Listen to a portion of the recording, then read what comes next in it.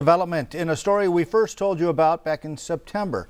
A dozen protesters were arrested and charged with rioting at the Pima County Jail. The Digging Deeper team has uncovered new details in this case.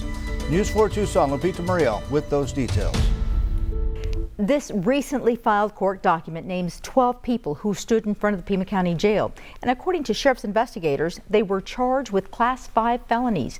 Those charges have now been dropped. The document reads, the case is dismissed without prejudice and all outstanding warrants are quashed. All future hearing dates are vacated. This was the scene last September when the group stood in front of the jail. Investigators say they were shooting bottle rockets or projectiles that were later found on the property.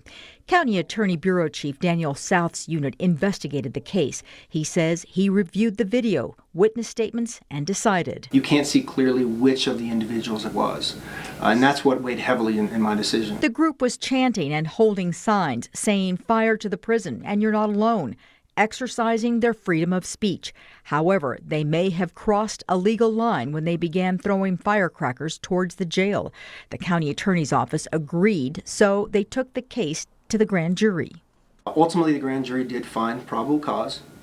South took it a step further. It was my determination that if we can't prove which of those individuals actually did it, it would be very difficult to prove that to a jury. So did the group get a get-out-of-jail-free card? South says no. That our ethical obligations as prosecutors is to do justice, and justice sometimes is a dismissal. And we can't ethically go forward on charges that I don't believe we can prove to a jury in a court of law. South told News 4 Tucson they were concerned for the safety of the officers and the inmates. But ultimately, the group will not face criminal prosecution.